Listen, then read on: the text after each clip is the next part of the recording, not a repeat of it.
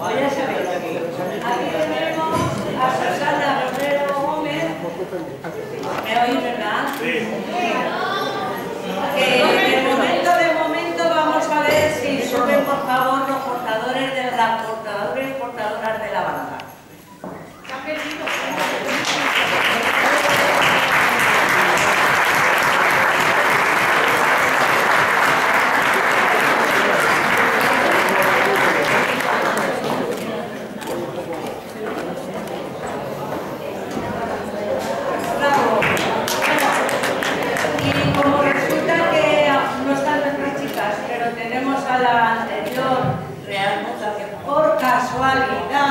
Sí, pues Silvia, por casualidad. Pues que sea ella la que imponga la banda.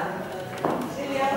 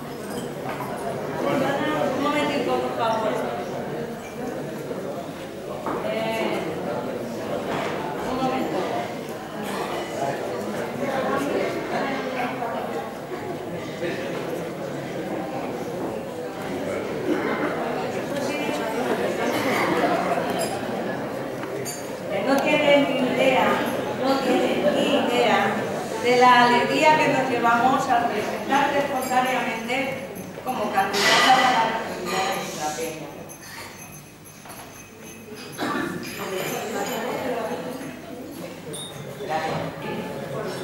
Sabemos lo completa que has sido y eres como vocal y secretaria, también con el trabajo que has desempeñado durante años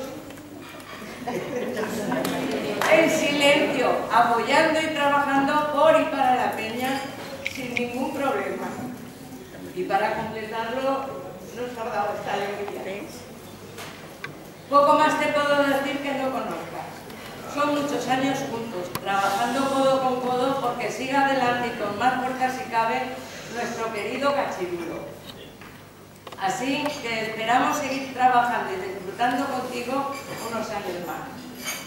Y para ti, que sea un tiempo maravilloso, multiplicando amistades, alegría y felicidad. Te queremos.